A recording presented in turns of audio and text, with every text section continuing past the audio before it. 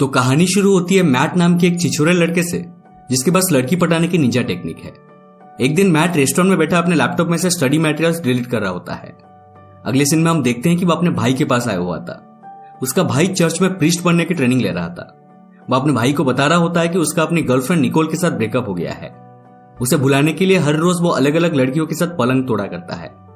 पलंग तोड़ने के दौरान उसे हमेशा सीलिंग में क्रैक होते हुए दिखाई देता है, जिसकी वजह से वो उन लड़कियों को चरम सुख नहीं दे पाता। मैट अपने भाई से उसकी मदद करने के लिए कहता है, बट उसका भाई कुछ खास नहीं कर पाता। सीन चेंज होता है और हम देखते हैं कि मैट अपने फ्रेंड रायन के साथ रह रहा होता है। वो दोनों शाम को एक बार में जाते हैं। बार में मैट ऐसे ही चुटकी बजा के एक लड़की को पटा लेता है और उसे अपने रूम में ले जाकर उसके साथ पलंग तोड़ना शुरू कर देता है।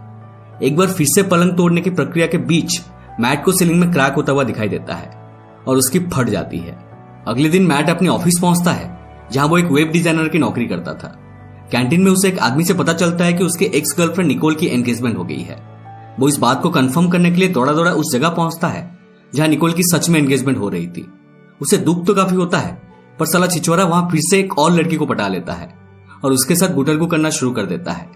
अगले सीन में हमें फिर से मैट अपने भाई को इसे बताता हुआ दिखता है। इससे पहले कि उसका भाई उसे कुछ सुनाता, मैट ऐलान कर देता है कि वो अपने पापों का पश्चाताप करने के लिए अगले 40 दिन तक किसी भी प्रकार की सेक्सुअल एक्टिविटी नहीं करेगा और ना ही अपनी हाथ गाड़ी चलाएगा। उसका भाई उसे समझाने की कोशिश करता है कि यह करना आसान नहीं है, बड़े बड़े ढेर हो गए हैं इस प्रतिज्ञा को पूरा करने में। लेकिन मैट ने ठान ली थी कि अगले 40 दिनों तक नो गपागप, नो हाथ गाड़ी। अगले दिन वो अपने कमरे में मौजूद वो सारी चीजें हटा देता है जिसे देखने के बाद अंदर भूचाल आ जाए। मैट का पहला दिन काफी आसानी से गुजर जाता है, जिसमें वो पजल वगैरह सॉल्व करते हुए अपने दिन को प्रोडक्टिव बनाता है। उसी वक्त रायन आता है और उससे अपने साथ क्लब चलने के लिए कहता है, बट मैट कहता है कि मुझे कपड़े धोने हैं, तुम जाओ। शाम को लॉन्ड्री में उसकी मुलाकात एरिका नाम की एक सुंदर कन्या से होती है। एरिका उसे घास डालने की काफी कोशिश करती है, बट अपना मैट अब हो चुका था सख्त लौंडा। वो गूंगा होने का बहाना करता है क्योंकि उसे पता था कि अगर उसने अपना मुंह खोला तो फिर अगले ही पल वो एरिका के साथ पलंग तोड़ रहा होगा। एरिका फिर अगले हफ्ते इसी समय पर दोबारा मिलने का प्रोग्राम बनाकर वहां से चली जाती है। जैसे तैसे करके एक हफ्ता गुजर जाता है। मैट अपने काम पर भी ध्यान देने लगा था, जिसकी वजह से उसका बॉस भी उससे काफी खुश हो गया था। उसी रात रायन अपने पॉर्न सीडी एंड मैगजीन्स को एक डस्टबिन में फेंका हुआ देखता है। वो मैट से पूछता है कि ये सब क्या है। फिर मैट उसे अपनी 40 दिन वाली प्रतिज्ञा के बारे में बताता है। अगले दिन ये खबर मैट के ऑफिस में आग की तरह फैल जाती है and all credit goes to Ryan. उसके दोस्त आपस में बेट लगाते हैं कि मैट कितने दिन तक खुद को रोक पाएगा। इस पर सट्टा वगैरह भी लगने लगता है। अगर मैट ने 40 दिन से पहले अपनी हाथ गाड़ी चलाई तो सट्टा लगाने वाले को पैसे भी मिलेंगे। क्रिस इस बेट चैलेंज को एक कदम आगे ले जाते हुए इसे इंटरनेट पर भी डाल देता है, जिसकी वजह से ये खबर सारी दुनिया में फैल जाती है। इधर इतनी बड़ी मुहावरत चल रही होती है और मैट को इन सब के बारे में कानो कान कोई खबर नहीं थी।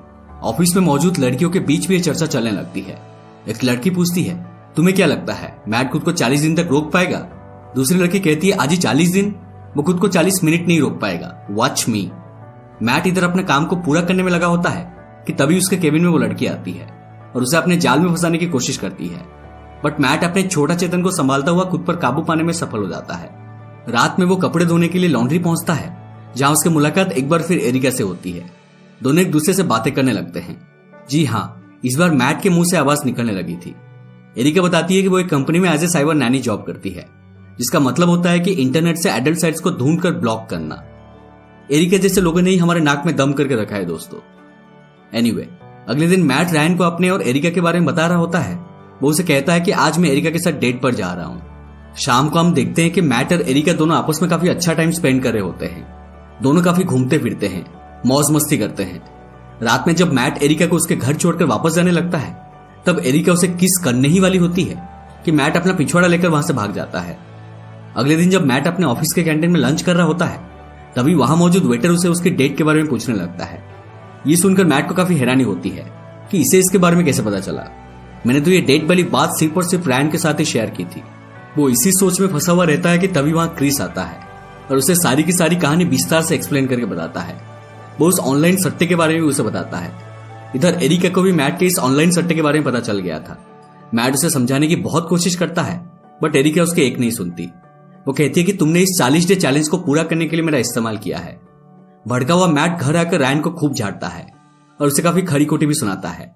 अगले हफ्ते जब मैट लॉन्ड्री पहुंचता है, तब उसे एरिका की एक चिट्ठी मिलती है, जिसमें उसने मैट को एक डिनर के लिए इनवाइट करा था। दोनों डिनर कर रहे होते हैं कि तभी मैट की नजर अपनी एक्स गर्लफ्रेंड निकोल पर पड़ती है, जो कि अपने फियोन्सी के साथ आई हुई थी। उसे देखते ही मैट काफी अपसेट हो जाता है और बहाना बनाकर वहां से निकलने की कोशिश करने लग जाता है। तभी अचानक उसके शर्ट में गलती से आग लग जाती है और वह घबराकर चिल्लाने लग जाता है, जिसकी वजह से निकोल भी उसे नोटिस कर लेती है। ये सब अफरा तफरी के बाद मैट एरिका को निकोल से मिलवाती है। एरिका फिर मैट पर गुस्सा होते हुए कहती है कि तुमने इस बारे में मुझे क्यों नहीं बताया, और वहां से निकल जाती है। अगले दिन फिर से 2 लड़कियां मैट के केबिन में आकर उसे सेड्यूस करने की कोशिश करने लगती है, बट मैट जैसे तैसे खुद को कंट्रोल करके वहां से निकल जाता है। वो अपने भाई को इस बारे में बताता है कि अब धीरे धीरे उसे सारी लड़कियां टॉपलेस दिखने लगी है। उसका भाई कहता है कि तुम्हें इस बारे में हमारे पेरेंट्स से हेल्प लेनी चाहिए। इसके बाद दोनों भाई अपने पेरेंट्स के साथ डिनर कर रहे होते हैं। इतने में उसके डैड मैट को अपनी सेक्सुअल लाइफ के बारे में ज्ञान पेलने लग जाते हैं। मतलब सब जगह मैट को सिर्फ हवस ही नजर आ रहा था।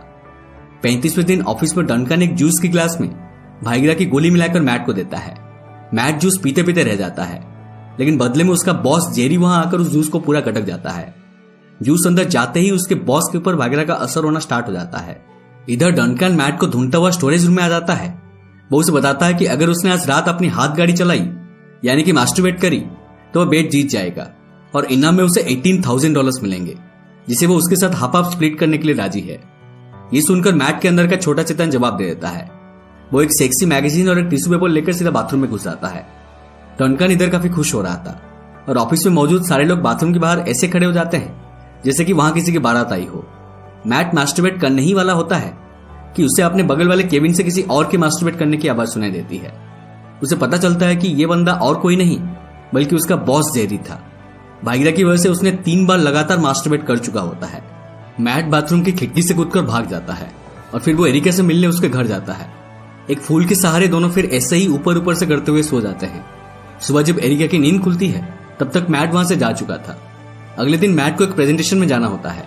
वहां पहुंचने पर उसका छोटा चेतन खड़े होकर सबको सलामी दे रहा था। इसी वजह से उसका बॉस जेरी उसे वापस घर भेज देता है। इधर निकोल मैट से मिलने उसके घर आती है, जिसे देखकर मैट काफी शॉक्ड हो जाता है। दरअसल निकोल का अपने फियोन्सी के साथ ब्रेकअप हो गया था, इसी वजह से वो वापस मैट के साथ हुकअप करने आई थी, बट मैट फिर भी नहीं पिघलता।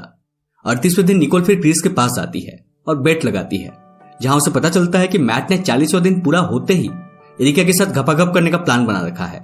अब ये सुनकर निकोल को अंदर ही अंदर काफी जलन होती है और वो कहती है कि 40वां दिन पूरा होने से पहले ही वो मैट का पानी निकाल कर ही रहेगी। इधर मैट का छोटा चेतन अब साक्षात अनाकोंडा का रूप धारण कर चुका था। उसे शांत करवाने के लिए वो उसके ऊपर बर्फ, पानी वगैरह का लेप लगाने लग जाता है। 40वें दिन मैट को अब हर लड़की नेकेड दिखने लगी थी। वो इन सब चीजों से बचने के लिए अपने भाई के पास मदद के लिए जाता है, बट उसका भाई पहले से ही चर्च के अंदर एक नन के साथ रंगललियां मना रहा था। वो उसे कहता है कि मुझे हर जगह सिर्फ हेडलाइट्स एंड बम्पर ही दिखाई दे रहे हैं, बट उसका भाई कहता है कि मैं खुद पर ही कंट्रोल नहीं कर पा रहा, तो तुम्हारी क्या मदद करूं। उसी दिन मैट घर में खुद पर काबू पाने की कोशिश कर रहा होता है कि तभी रायन एक कॉल गर्ल को लेकर वहां आ जाता है।